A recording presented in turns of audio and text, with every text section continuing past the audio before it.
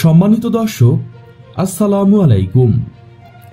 বাংলার তথ্যনির্ভর সর্বশেষ খবরাখবরে যুক্ত হওয়ার জন্য আপনাকে অসংখ্য ধন্যবাদ। জানিয়ে দিচ্ছি আমাদের হাতে থাকা সর্বশেষ আপডেট। গরম খবর, বাংলাদেশ সেনাবাহিনীতে 25,000 কোটি টাকার 16টি যুদ্ধবিমান কেনার উদ্যোগ। দেশের ভূরাজনৈতিক নিরাপত্তা নিশ্চিতে প্রণয়ন করা হয়েছে ফোর্সেস গোল 2030। শক্তিশালী জাতীয় প্রতিরক্ষা ব্যবস্থা নিশ্চিতের তাগিদে গৃহীত এ পরিকল্পনায় বাংলাদেশ বিমান বাহিনীকে আরও শক্তিশালী করে তোলার উপর জোর দেওয়া হয়েছে। এজন্য বলা হয়েছে বিমান বাহিনীতে মাল্টিরোল কম্ব্যাট এয়ারক্রাফট বা নানামুখী ভূমিকা পালনে সক্ষম যুদ্ধবিমান সম্বলিত একাধিক স্কোয়াড্রন গড়ে তোলার কথা। ভূমি ও সমুদ্রে সর্বাত্মক সহায়তা প্রদানে সক্ষম অত্যাধুনিক এসব যুদ্ধবিমান কেনার জন্য এর মধ্যে উদ্যোগ নেওয়া হয়েছে। এ ধরনের 16টি যুদ্ধবিমান ক্রয়ের নীতিগত অনুমোদন দিয়েছে সশস্ত্র বাহিনী বিভাগ। যুদ্ধ বিমানগুলো কিনতে মোট ব্যয় হবে 25,200 কোটি টাকা। এর মধ্যে প্রথম বছরে এককালীন পরিশোধের জন্য প্রয়োজন হবে 6,300 কোটি টাকা।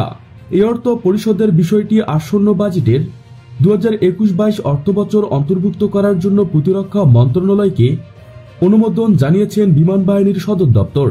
এই সংক্রান্ত প্রস্তাবের একটি অনুলিপি অর্থ সচিবকে পাঠানো হয়েছে বলে অর্থ বিভাগ সূত্রে জানা গেছে। প্রস্তাবে বলা হয়েছে, বর্তমান ভূরাজনৈতিক পরিস্থিতি ও সম্ভাব্য হুমকি মোকাবেলায় কার্যকর প্রতিরক্ষা ব্যবস্থার পাশাপাশি ভূমি ও সমুদ্রে সর্বাত্মক সহায়তা প্রদানে সক্ষম অত্যাধুনিক MRCA যুদ্ধবিমান কেনা প্রয়োজন। প্রতিবেশী দেশে এগুলোর সমসাময়িক আরও আধুনিক মানের যুদ্ধবিমান রয়েছে। ফোর্সেস গোল 2030-এর আলোকে বিমান বাহিনীতে একাধিক MORC স্কোয়াড্রন স্থাপনের বিষয়টি দিক নির্দেশনা দেওয়া হয়েছে। এরই অংশ হিসেবে 1999 সালে বিমান বাহিনীর বহরে একটি MORC MiG-29 জঙ্গি বিমান স্কোয়াড্রন যুক্ত করা হয়, যা বর্তমানে কার্যক্রম পরিচালনা করছে। আরেকটি MORC স্কোয়াড্রন স্থাপনের জন্য প্রয়োজনীয় জঙ্গি বিমান ক্রয়ের বিষয়টি বর্তমানে সরকারের নীতি নির্ধারক পর্যায়ে বিবেচনায় আছে। এ 16টি যুদ্ধবিমানের প্রক্রিয়াধীন দরপত্রের কার্যক্রম এবং বিভিন্ন দেশের সরকারের দেওয়া প্রস্তাব সমালোচনার ভিত্তিতে বিমান বাহিনী বলেছে, পরিকল্পনা অনুযায়ী ক্রয় প্রক্রিয়া সম্পূর্ণ হবে G2G পদ্ধতিতে।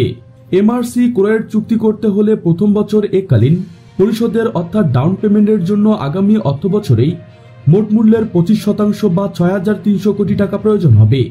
এ টাকা বিমান বাহিনীর নিয়োজিত বাজেটে অন্তর্ভুক্ত না করা থাকলে রিজার্ভে রাখা প্রয়োজন।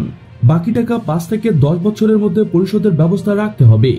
এ বিষয়ে বিমান বাহিনীর প্রস্তাবে বলা হয়, সশস্ত্র বাহিনী বিভাগ এরই মধ্যে 16টি যুদ্ধবিমান মানের ওয়েস্টার্ন অরিজিন পশ্চিমা দেশের নির্মিত MRCO ক্রয়ের নীতিগত অনুমোদন দিয়েছেন।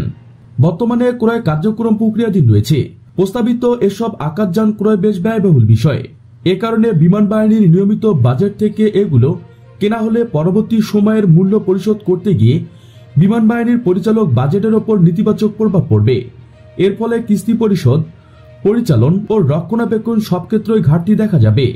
প্রস্তাবের ভাষ্য অনুযায়ী একটি দেশের অর্থনৈতিক প্রবৃদ্ধি তথা সামগ্রিক উন্নয়নের সঙ্গে নিরাপত্তার বিষয়টি আঙ্গিকভাবে জড়িত। তাই টেকসই উন্নয়ন নিশ্চিতে সামগ্রিক নিরাপত্তা ব্যবস্থার উন্নয়নও অগ্রাধিকার পাওয়ার যোগ্য। দেশের সার্বভৌমত্ব নিরাপত্তা নিশ্চিত করতে প্রস্তাবিত যুদ্ধবিমানগুলো কেনার পরিকল্পনা গ্রহণ করা হয়েছে। তাই বার্ষিক উন্নয়ন বাজেটের আওতায় অন্তর্ভুক্ত করেও এ ক্রয় কার্যক্রম সম্পূর্ণ করা যেতে পারে। তবে অর্থ বিভাগের এক ঊর্ধ্বতন কর্মকর্তা এ বিষয়ে বলেছেন, বর্তমানে আগামী বাজেটের প্রণয়নের কাজ চলছে। প্রতিরক্ষা মন্ত্রণালয় থেকে যদি এ ধরনের প্রস্তাব আসে তাহলে বিষয়টিতে যেহেতু জাতীয় নিরাপত্তার ইস্যু জড়িত, তাই এটিকে বিশেষ গুরুত্ব দিয়ে বিবেচনা করা হবে।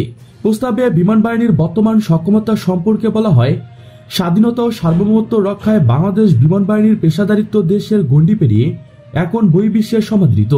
এ অর্জনে অর্থ, প্রতিরক্ষা সহ সংশ্লিষ্ট অন্যান্য মন্ত্রণালয়ের অবদান অনস্বীকার্য।